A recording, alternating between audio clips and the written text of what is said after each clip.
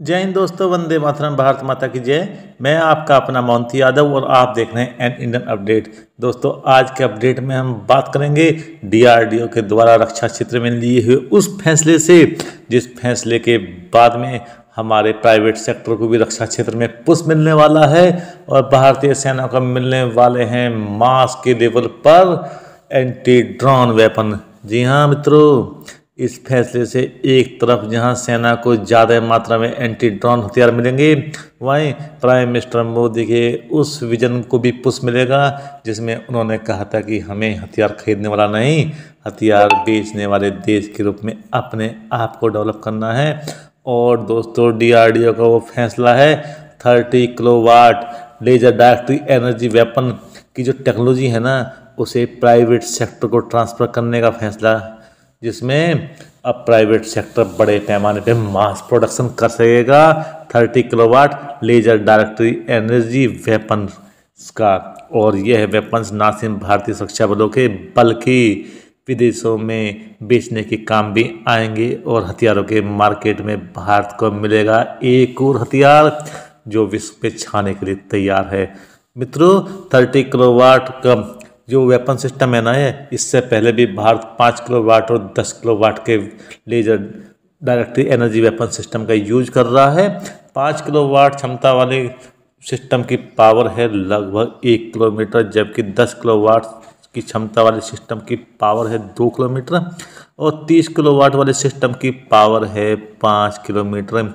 यानी कि 5 किलोमीटर तक दुश्मन का कोई भी फिक्स्ड विंग ड्रोन हो, स्वार्म यूएवी हो, किसी को भी ठिकाने लगाने में सक्षम हैं।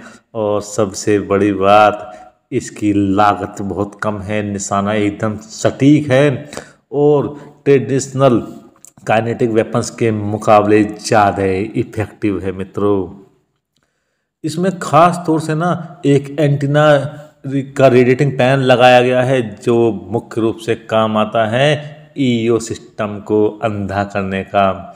इसके अलावा इसकी अन्य चीज़ों में ना खास तौर से इलेक्ट्रो ऑप्टिकल ट्रैकिंग सिस्टम का टॉप वर्जन है, बीम फोकसिंग सिस्टम है और स्वचालित मारक आकलन एल्गोरिदम भी है, ताकि अपने आप ये दुश्मन के ड्रोन को या इस तरह के वेपन्स को ठिकाने लगाने का फैसला भी कर सकता है। मित्रों, इस वेपन का नाम भी भारत ने रखा है माँ दुर्गा के नाम पर, सहस्र शक्ति, यानी कि हजारों स्त्रियों की ऊर्जा माँ दुर्गा के नाम से प्रेरित है। मित्रों, यह नाम इस लेजर सिस्टम को 2 4x4 के वाहनों पर लगाया जा सकता है और एक वाहन में होता है कमांड एंड कंट्रोल सिस्टम जो कि इलेक्ट्रो ऑप्टिकल यानी कि ईओ की लक्ष्यीकरण और ट्रैकिंग प्रणाली से लैस होती है और दुश्मन के किसी भी हवाई खतरे पर सटीक निशाना लगा सकती है। जबकि दूसरे वाहन में बीम कंट्रोल यूनिट होती है जो शक्तिशाली लेजर बीम को लक्ष्य की ओर भेजती है। यानी कि ऐसा समझो, एक में ऑपरेटर बैठता है और दूसरे में हथियार होता है। ऑपरेटर सिस्टम को सेट करता है और हथियार उसके बाद अपना काम निपटा देता है। बात सिर्फ 30 किलोवाट पर ही ख़त्म नहीं हो रही है, इसकी कामयाबी से भारतीय डीआरडीओ को पुश मिला है और 300 किलोवाट के एक लेजर हथियार पे काम किया जा रहा है और जिसकी दूरी होगी तकरीबन 20 किलोमीटर। और यह सिर्फ नॉर्मल नहीं होगा, यह सुपरसोनिक मिसाइल हो, यूएवी और एयरक्राफ्ट जिनकी स्पीड बहुत ज़्यादा होती है उस पर भी काम करेगा। यानी कि आने वाले समय में हमारा हवाई क्षेत्र अभेद होने वाला है। दुश्मन ने हमारे क्षेत्र के बारे में घुसने के बारे में सोचा और हमने उसे ठिकाने लगा दिया। प्रोजेक्ट सूर्या पे काम शुरू हो चुका है और प्रोजेक्ट सूर्या के आने के बाद में ना दुश्मन कभी नहीं सोचेगा हमारी ज़मीन में या हमारे आसमान में घुसने के बारे में। और भारत शामिल हो चुका है उन देशों के समूह में जिनके पास में डायरेक्ट एनर्जी लेजर सिस्टम हैं और वो देश हैं अमेरिका, रशिया, चाइना और इजराइल।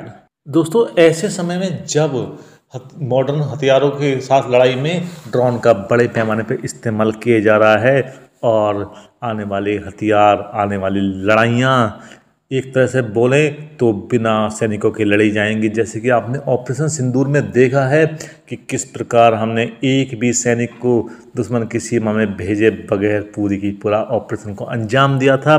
पूरी की पूरी लड़ाई ना सिर्फ लड़ी थी बल्कि जीती थी मित्रों। तो आने वाली लड़ाइयाँ इसी तरह होंगी। और एक बात और समझिए, कोई भी लड़ाई पिछली टेक्नोलॉजी से या पिछली टैक्टिक्स से नहीं जीती जाती। अब आप देखिए ना, सबसे पहले पिछले कुछ एक दशक में हमने अटैक किया था बर्मा के ऊपर, उसके बाद सर्जिकल स्ट्राइक किया था पाकिस्तान में, एयर स्ट्राइक किया था बालाकोट पाकिस्तान में, उसके बाद हुआ था ऑपरेशन सिंदूर। और हर बार हमें अपनी टैक्टिक्स बदलनी पड़ी थी, क्योंकि एक बार टैक्टिक्स एक्सपोज होने के बाद दुश्मन तैयार हो जाता है हमारे उस तरीके से लड़ने के लिए। तो ऑपरेशन सिंदूर में जो कुछ हमने यूज़ किया है वो एक्सपोज हुआ है कहीं ना कहीं, और पाकिस्तान उसके हिसाब से तैयारी करेगा अपने आप को संभालने के लिए, हमारा सामना करने के लिए। तो हमें अपने लड़ने के तरीके में, हमारे हथियारों में अपडेशन की बहुत ज़्यादा ज़रूरत है। और अगर प्रोजेक्ट सूर्या आता है ना, तो अपडेशन का लेवल कहाँ पहुँच जाएगा ये बताने की ज़रूरत नहीं है। एयर स्ट्राइक के समय में पाकिस्तान ने हिम्मत की थी अपने एयरफोर्स का हमारी ज़मीन पर लॉन्च करने की, लेकिन ऑपरेशन सिंदूर में वो इतनी हिम्मत भी नहीं कर सका था। लेकिन ऐसा नहीं है कि इस बार नहीं किया तो वो कभी नहीं करेगा, वो भी अपनी तैयारी कर रहा है, हम भी अपनी तैयारी कर रहे हैं।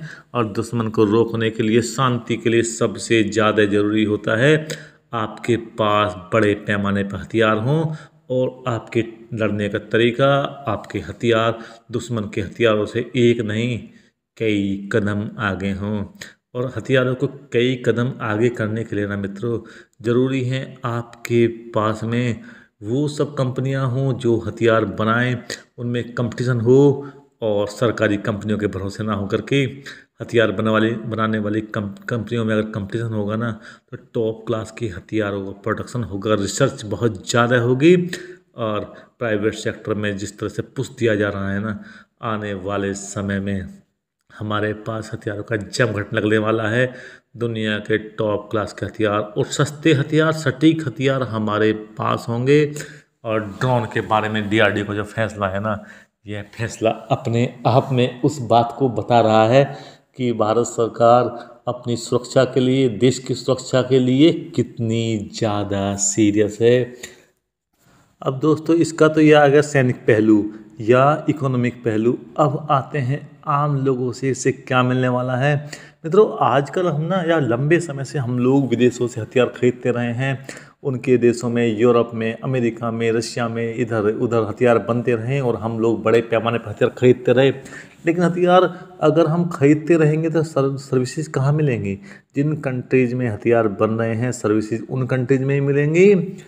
और पिछले कुछ सालों में जिस तरह से टेक्नोलॉजी और ट्रांसफ़र के साथ में भारत सरकार ने पॉलिसी बनाई है कि अब हथियार हमारे देश में ही बनेंगे, तो जो कंपनियां लगेंगी, जो प्रोडक्शन होगा, जो काम मिलेगा, वो सब इंडिया में होगा, हमारे ही लोगों को काम मिलेगा।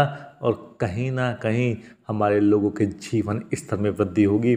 और सेना या सैन्य क्षेत्र जो हमेशा सिर्फ खर्चे का क्षेत्र माना जा रहा है, अगर आप अपने रक्षा क्षेत्र को डेवलप करते हो ना, तो वो खर्चे का क्षेत्र नहीं होगा, वो कमाई का क्षेत्र होगा। और यह साबित यूएसए ऑलरेडी कर चुका है। उनकी वेपन लॉबी, उनके हथियार, उन हथियारों के दम पर यूएस का पूरी दुनिया में प्रभुत्व, और हथियारों के बनाने में यूएस के लोगों का मिलने वाला काम, सर्विसेज, यह बताने की बात नहीं है, यह तो लोगों को ऑलरेडी पता ही होता है। खैर, देर से ही सही हम उस रास्ते पे चलना शुरू कर चुके हैं। और उम्मीद है आने वाला हमारा यह रास्ता देश के भविष्य को एक नई रेखा खींचेगा। और दुनिया के सुपर पावर बनने का सपना जो अभी तक भी हम ढंग से देख नहीं पा रहे हैं ना मित्रों, वो सपना एक दिन सच जरूर होगा मित्रों।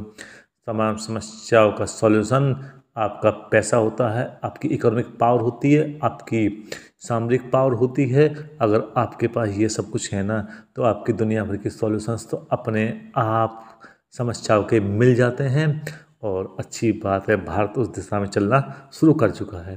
खैर मित्रों, इस वीडियो को बताने के लिए मेरे पास और भी बहुत कुछ है, लेकिन अगर मित्रों आपको ये वीडियो पसंद आ रहा है ना तो लाइक सब्सक्राइब जरूर करें, और ऐसे ही वीडियो को मैं आपको लेके आता रहूँगा, ज़्यादा समय नहीं लूँगा। इसी के साथ मित्रों मैं इस वीडियो को यहीं पर समाप्त करता हूँ। जय हिंद दोस्तों, वंदे मातरम, भारत माता की जय। जय हिंद दोस्तों, वंदे